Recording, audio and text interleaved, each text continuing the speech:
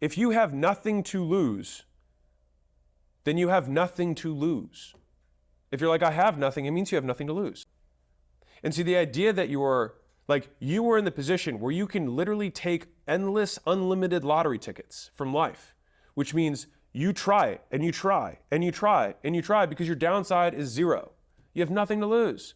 And so fear comes from having something to lose. And so in order to be fearless, we have to come to the realization that nothing in this world belonged to you to begin with. Even if you accumulate whatever assets you think you are, you just push your chips back at the end of the game anyways. And so you're somebody who has no chips, but the one thing that's different about poker versus real life is that the chips you get replenished every day with the minutes of time that you have. And so you could run out of chips, but you still have time. But until that day, you can play every day. And I think that when you have a capped downside, an uncapped upside, that is the recipe for opportunity.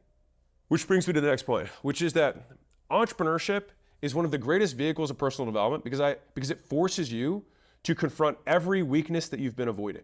The market, your customers, your competitors won't let you hide from yourself.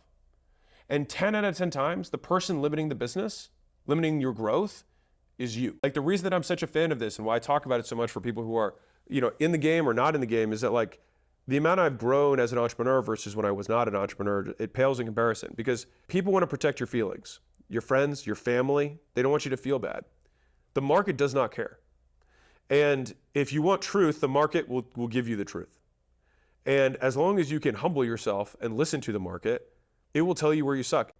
And so I think that over time, what happens is people end up optimizing towards reality, truth. And I think entrepreneurship is one of the best vehicles for that.